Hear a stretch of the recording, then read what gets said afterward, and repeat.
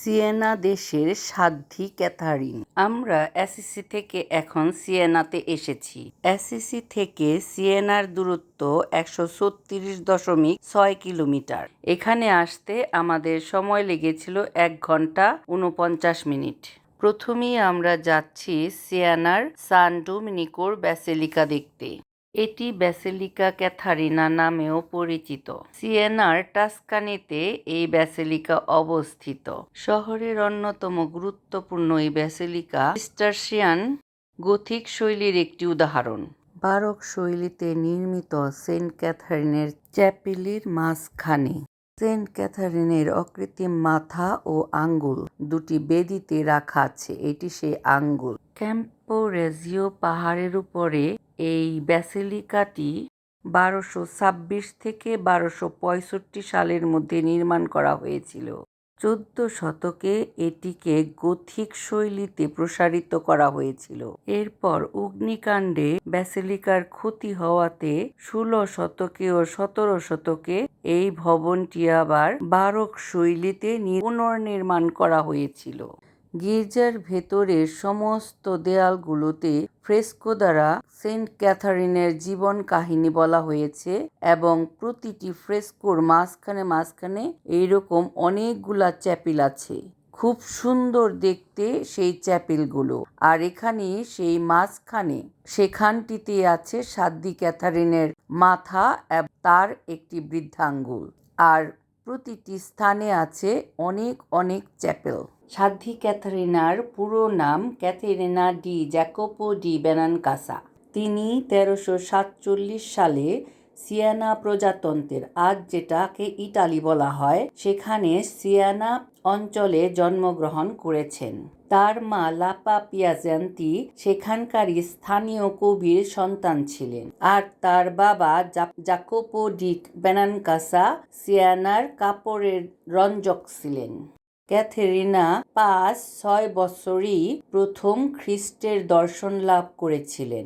সাথে পেরিদ্দূত পিটার, পল ও জনের সাথে সগৌরবে উপবিষ্ট খ্রিস্টকে তিনি দেখতে পান।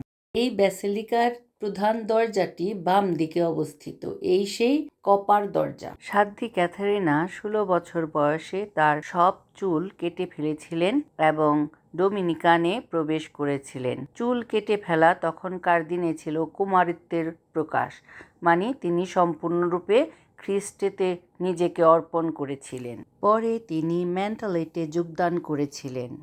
সেখানেই তিনি পড়তে লিখতে শিখেছিলেন। এরপর তিনি আবার তার পরিবারের কাছে ফিরে এসেছিলেন। সেখান থেকেই তিনি এই সিয়েনার গরিব দুঃখী ও অসুস্থদের সেবা করতে শুরু করেছিলেন। তিনি অনেক আশ্চর্য কাজ করেছিলেন।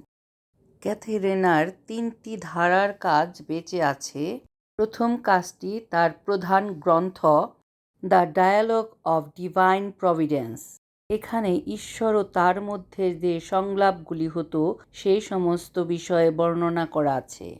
দ্বিতীয়টি হচ্ছে তার চিঠিপত্র। চিঠিপত্রে তার অনেক বিষয়ে জানা গেছে। এবং তৃতীয়টি হচ্ছে তার ২৬টি প্রার্থনা। আমরা এখন নদীর এপারে আছি। একটু পরেই আমরা ওপারে দেখা যাওয়া সেই শহরটিতে যাব। ক্যাথারিনের ধর্মতত্ত্বটি ছিল রহস্যময়। তিনি ঈশ্বরের কাজে নিজেকে সম্পূর্ণরূপে সঁপে দিবার জন্য চরম উপবাস, তপস্যা অনুশীলন করতেন। শেষের দিকে তিনি খাবার দাবার, পানি খাওয়া পর্যন্ত ছেড়ে দিয়েছিলেন। শুধু এক ইউক্যারিস্টের উপরই তিনি বেঁচে ছিলেন। ১৩৭৭ সালে তিনি মা মারিয়ার দর্শন লাভ করেছিলেন। আমরা এই অলি-গলি দিয়ে পাহাড়ের ভেতর দিয়ে এখন ওপাশে যাচ্ছি। ওপাশে এসে আমরা প্রথমেই সেন্ট ক্যাথারিনার বাড়িতে এলাম। এটি সেই বাড়ি যেখানে ক্যাথারিনা জন্মগ্রহণ করেছেন, বড় হয়েছেন।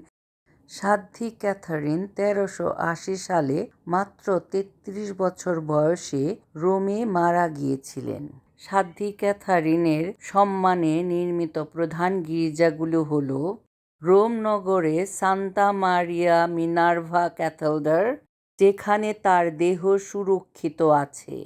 দ্বিতীয়টি হল সান ডমিনিকান ব্যাসিলিকা, যেখানে তার মাথা ও আঙ্গুল রয়েছে।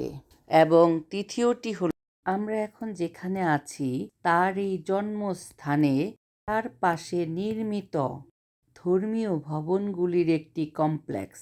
সেন্ট ক্যাথারিন ছিলেন একজন মহান দার্শনিক, ধর্মতত্ত্ববিদ এবং একজন চার্চের ডাক্তার। কিংবদন্তিতে বলা হয়েছে তিনি কোনো ডাক্তারি বিদ্যা শিখেননি, তবু তিনি ছিলেন একজন ডাক্তার, কারণ প্রভু যীশু তাকে যেভাবে চিকিৎসা করতে বলতেন বা রোগীদের সুস্থ করতে বলতেন তিনি ঠিক তাই করতেন।